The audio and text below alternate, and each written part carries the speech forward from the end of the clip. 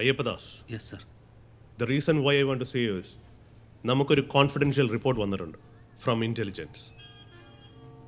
അതായത് മുകുന്ദൻ സാറിന് നേരെ ചിലപ്പം എപ്പോൾ വേണമെങ്കിലും ഒരു അറ്റാക്ക് ഉണ്ടായേക്കാം.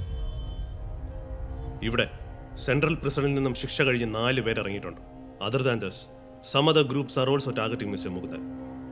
നീ ഗൺമാൻ ഡ്യൂട്ടി ഏറ്റെടുക്കാൻ ബുദ്ധിമുട്ടാണെന്ന് മുമ്പ് ആലപ്പുഴ ജില്ലാ സെക്രട്ടറിയോട് സംസാരിച്ചില്ല. അത് അപ്പോ നീ ഈ ജോലി വലിയ താല്പര്യത്തോടെ അല്ല ചെയ്യുന്നതെന്നാണ് അർത്ഥം. എന്താ ശരിയാ? ഞാൻ അന്ന് ഇതൊന്നും പിള്ളേർ കളിയല്ലല്ലോ. ഇലക്ഷൻ ഇനി കുറച്ച് മാസങ്ങളേ ഉള്ളൂ. അയാൾക്ക് നേരെ ഇനിയൊരു അറ്റാക്ക് ഉണ്ടായാൽ എന്തായിരിക്കും അവസ്ഥ? ഈൻ്റെ ഒരു ഗുരുതരാവസ്ഥ കുഞ്ഞു മോനെ എനിക്ക് മനസ്സിലാവില്ലാന്ന്. സാറ് പറഞ്ഞ എന്താണെന്ന് തനിക്ക് മനസ്സിലായോ? ചിലപ്പോൾ എക്സ്പീരിയൻസ്ഡ് ആയ ട്രെയിൻഡ് ആയ മറ്റൊരു ഗൺമാൻ തനിക്ക് പകരം വന്നേക്കാം. റൈറ്റ്?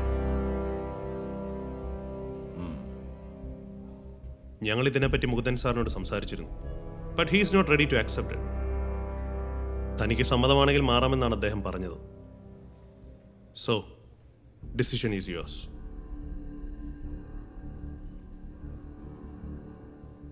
തിരിച്ച് നീ ക്യാമ്പിലേക്ക് പോകണമെന്നില്ല. സ്റ്റേഷൻ ഡ്യൂട്ടിയിലേക്ക് മാറാൻ പറ്റും. അതെല്ലാം പരിഗണിക്കാവുന്ന വിഷയമാണ്. എന്താന്ന്? ഓക്കെ, താനൊന്ന് ആലോചിക്കുക. See, you should not disclose this meeting with anyone. കോൺഫിഡൻഷ്യലായി വെച്ചാൽ മതി. You may go. സർ.